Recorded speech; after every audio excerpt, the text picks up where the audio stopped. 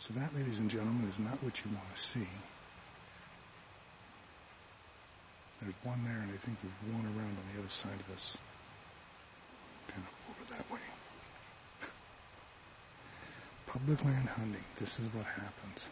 But there is another benefit to that side, and that is that the more hunters up here, the more they move the animals around.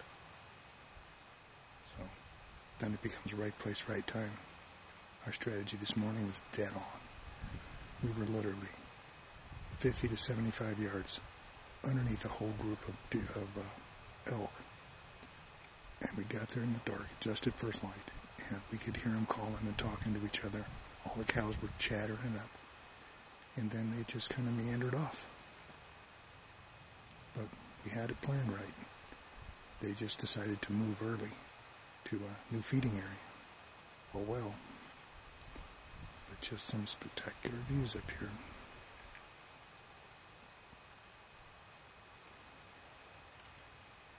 Well, good morning. It's Friday morning. We're headed back. We're coming down off the top. So I just shot a cow off the top. We saw bulls, but it's going to be absolutely ridiculous to try to get to them. There were more people on top, so sometimes it's best to, if you're gonna put meat in the freezer, and I'm not really hunting horns. If they happen, they happen. It's a joy of an either sex tag here in Colorado. So took the cow, so we've got her field dressed and we got her cavity drained out. We threw a bunch of snow in her and it's nice and cool out here. So we just kind of rolled her over, filled her with snow and left her there. We'll come back and get her in the morning. Right now we're going back down off the mountain all the way down through the valley. We're going to go back and retrieve Brian's bull. So once we have that, we'll go back to camp, drop it off, and see if we have enough time to come back tonight and get mine. If not, we'll just come back and retrieve it in the morning. But great day. We both tagged out. And so tomorrow after the retrieval, we get everything packed. We'll be heading back to Vernal for the night and then on home. So, good hunt.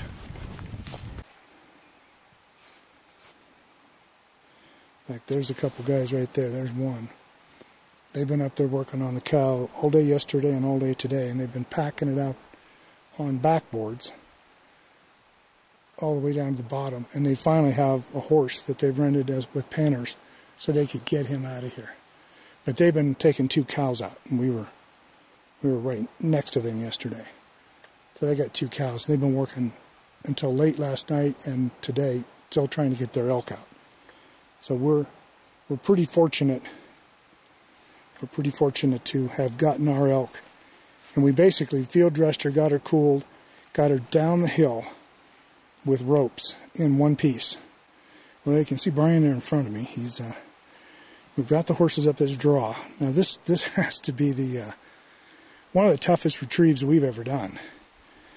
But that's a draw right there that goes up. His deer is just about in the center.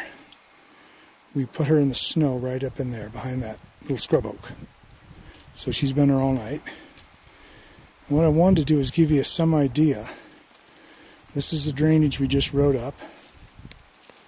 I'm going to stand up inside the hill here, which goes way down. You kind of get an idea of how these mountains go vertical. Now what I'm going to do is I will zoom in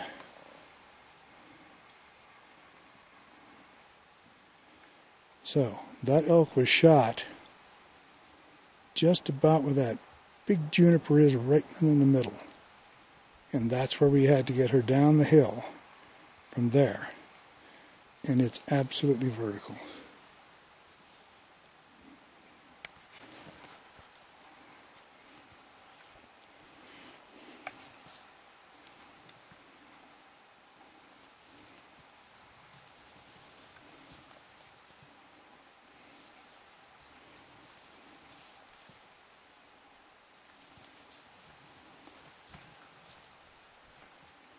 Now, pretty quick, he's going to get to a point. It's going to get really quick.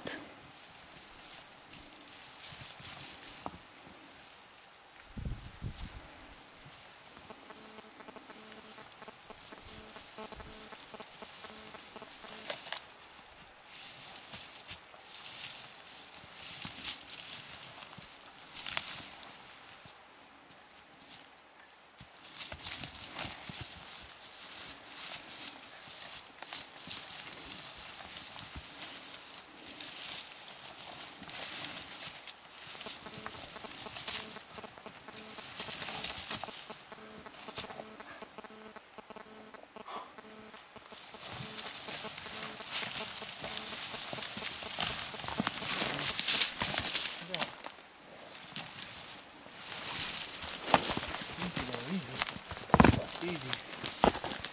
Easy. Easy. Okay. She's here. Okay, stop. You're good.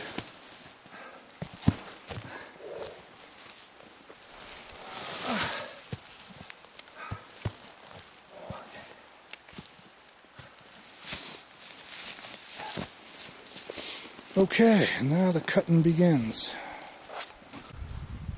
Okay, BW here. Saturday morning, Colorado. Just a little shot just to kind of show everybody where we're at. Vic's over here to the right. Can't really see him very well.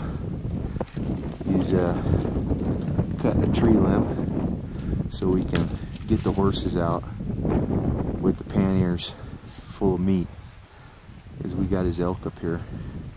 He shot yesterday morning about 9 o'clock. This is kind of the top area where we go. Not too steep, but my closest horse. That's a good horse, Knucklehead. And then Alf's in the distance. Vic had him a couple years ago. Good horse. And we got an elk down over here. And Vic's gonna come over here and show it to us here in a second. After he gets done tree trimming.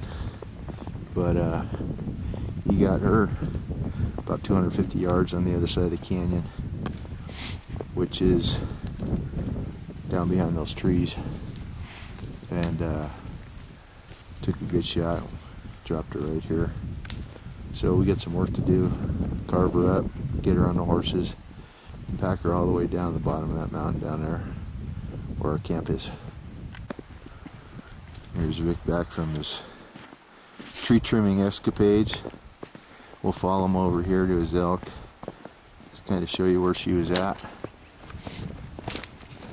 Unless I trip over a rock here and break his camera. Got a good sized animal there. Got a lot of meat. It's kind of a choice. We had a shot at a bull a couple days ago, and it was about 600 yards. Couldn't get the windage right.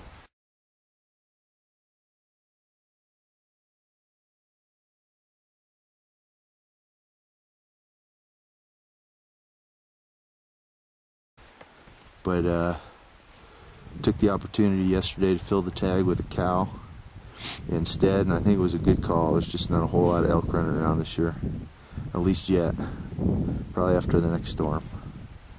But so good animal, and yeah, this is the working part. Yeah, it's the work. We got ours done, mine done yesterday, and we're a little tired, but we got one more done. We're out of here.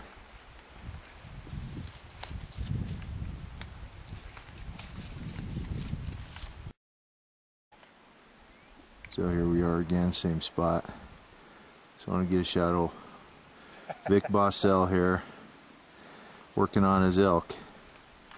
Get her done pretty soon, get her down the hill, which is going to be a chore.